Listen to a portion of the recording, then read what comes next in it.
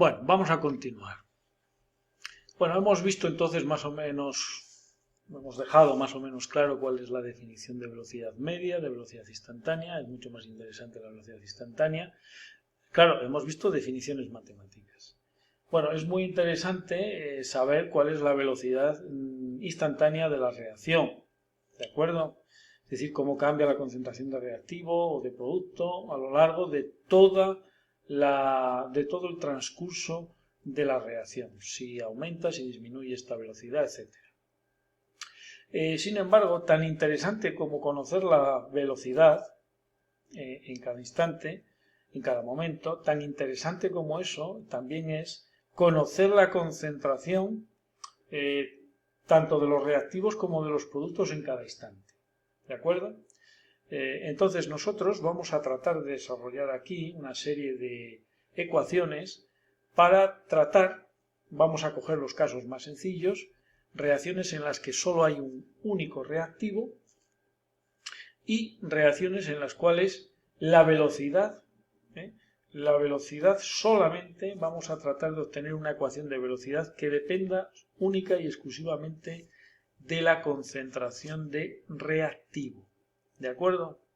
Entonces, por ejemplo, para la reacción de arriba que tenemos es amoníaco, 2 moles de amoníaco reaccionan para dar, según el ajuste estequiométrico, para dar 1 mol de nitrógeno y 3 moles de hidrógeno. Vamos a hacerlo sobre todo para la velocidad de desaparición del reactivo, ¿vale? Bien, resulta que la definición matemática, aquí la tenéis, velocidad es igual a menos la derivada de la concentración de amoníaco reactivo con tiempo. Bien, por otra parte, al ser reacciones químicas, se pueden desarrollar experimentos en el laboratorio, utilizando instrumental adecuado en el laboratorio, para poder estudiar la velocidad de desaparición del reactivo en función de las concentraciones de reactivo o de producto, o de todas ellas, ¿de acuerdo? En función de las concentraciones iniciales de reactivo y de productos se puede estudiar la dependencia matemática o se puede obtener empíricamente una ecuación para la velocidad. En el caso de la reacción de arriba, la velocidad, la ecuación empírica en el laboratorio que se obtiene para la velocidad es K. O sea, la velocidad con que desaparece el reactivo es constante. Es totalmente independiente de la concentración que quede sin reaccionar tanto de reactivos como de productos. Es totalmente independiente de las especies que están implicadas en la reacción. Es simplemente una constante, K. ¿Vale? Pues esa es la ecuación obtenida en el laboratorio. La velocidad es velocidad, entonces la ecuación empírica V es igual a K, V matemáticamente es menos derivada de la concentración del amoníaco, podemos ponerlo así, menos la derivada de la concentración de amoníaco con el tiempo, o bien podríamos poner más la derivada de la concentración de N2 partido el tiempo, multiplicado por 2, porque hay que tener en cuenta el coeficiente estequiométrico, y también se podría hacer para el caso del hidrógeno. Bueno, vamos a hacerlo para el caso del reactivo, porque tal vez lo que nos interesa a lo mejor es saber en cada instante cuál es la concentración de reactivo que queda sin reaccionar, que todavía está ahí sin reaccionar. Entonces hay que utilizar las herramientas de la matemática. Aquí tenemos una ecuación diferencial y vamos a separar los diferenciales.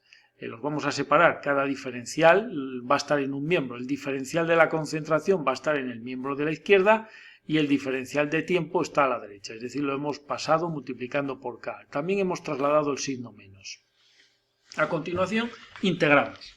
Integramos el diferencial de la concentración de amoníaco y integramos el diferencial de T. Es decir, tenemos una serie de integrales con un intervalo de suma.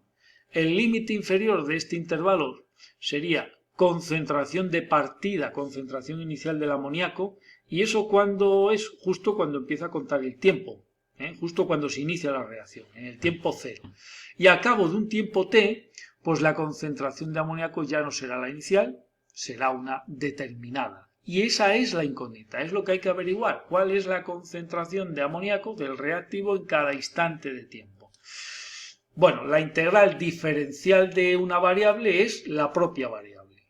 Entonces aquí tenemos la variable sería concentración de amoníaco y como es una integral definida entre dos límites, pues vamos a sumar y vamos a sustituir la variable por el límite superior menos el valor de la variable en el límite inferior, es decir, concentración de amoníaco al cabo de un tiempo t menos concentración de amoníaco inicial que se suele conocer o se puede conocer porque a lo mejor es la que se ha preparado en ese instante, es igual a menos k por t. Si representamos ahora en una gráfica en el eje X tiempo y en el eje Y concentración de amoníaco, pues nosotros podríamos, y además estos datos haberlos obtenido en el laboratorio, de tal manera que nosotros vamos midiendo el tiempo y mediante el equipo adecuado vamos conociendo cómo cambia la concentración de amoníaco. Pues bien, para esta reacción, en la cual la velocidad es constante, resulta que la concentración del reactivo va disminuyendo de una manera lineal con el tiempo, de tal forma que el punto de corte de dicha recta con el eje de ordenadas sería la concentración inicial del amoníaco y la pendiente, que es negativa, sería menos K. ¿Vale? Así que una ecuación de este tipo nos indica que es la ecuación de una recta y es propia de un tipo de velocidad desde el punto de vista empírico, cuya ecuación es esta, velocidad igual a una constante. Bien, a todas las reacciones en las cuales se ha obtenido empíricamente que la velocidad es constante y por tanto no depende de la concentración de nadie, ni de reactivos ni de productos, se dice que es de orden cero. ¿De acuerdo? Vamos a ver ahora la segunda reacción. N2O5, un mol de N2O5 se transforma en 2 moles de NO2 y genera también medio mol de oxígeno. Bien, la velocidad, por ejemplo, empírica de esta reacción obtenida en el laboratorio, a partir de midiendo el tiempo y relacionando con la concentración de reactivos y de productos en cada instante de tiempo, pues se observa que la velocidad, en este caso, para esta reacción, y como esta habrá muchas otras, la velocidad es directamente proporcional a la concentración del reactivo en cada instante. Concentración de reactivo que todavía no ha reaccionado en cada instante. ¿De acuerdo? Es decir, velocidad es igual a K por concentración, en este caso de N2O5. Bien, sustituimos la velocidad por su expresión matemática, menos la derivada de la concentración de N2O5 con respecto al tiempo. Es decir, vista cuál es la ecuación empírica, nos interesa poner la derivada de la concentración de reactivo, es decir, nos interesa poner la velocidad de desaparición del reactivo. Bien, hay que operar matemáticamente, separamos los diferenciales, agrupamos el diferencial tiempo pasa al segundo miembro multiplicando, la concentración de N2O5 es una variable que coincide con la variable del diferencial N2O5, entonces las variables del mismo tipo las vamos a agrupar en el primer miembro, es decir, diferencial de concentración de N2O5 partido de concentración de N2O5 es igual a menos K por diferencial de T. Integramos, hacemos una integral definida entre el valor inicial del reactivo, justo cuando empieza a contarse el tiempo en el laboratorio, y en el límite superior concentración de N2O5 al cabo de un tiempo T. Bueno, esta integral diferencial de una variable partido a la propia variable, es decir, si asimilamos X a la concentración de N2O5 sería la integral de diferencial de X partido X. Esa integral es logaritmo neperiano de X. En este caso la X es la concentración de N2O5. Por lo tanto, logaritmo neperiano del límite superior, N2O5 al cabo de un tiempo T, menos logaritmo neperiano de la concentración inicial del N2O5. ¿De acuerdo? Y esto es igual a menos KT. Bueno, la diferencia de logaritmos es igual al logaritmo de un cociente.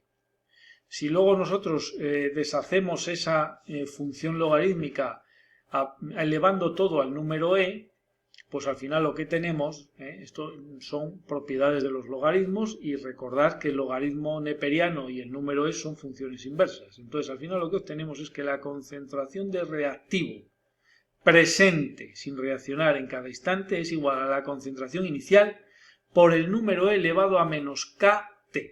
Si representamos esto en el eje X, tiempo y concentración inicial, vemos que es una función exponencial, y es una función exponencial que dice que en los primeros instantes de tiempo la concentración de reactivo disminuye muy bruscamente, y luego a medida que va transcurriendo el tiempo, esa disminución, la velocidad con que disminuye es muchísimo menor hasta hacerse prácticamente casi cero. Al cabo de muchísimo tiempo, cuando ya queda muy poco reactivo, la velocidad es prácticamente cero.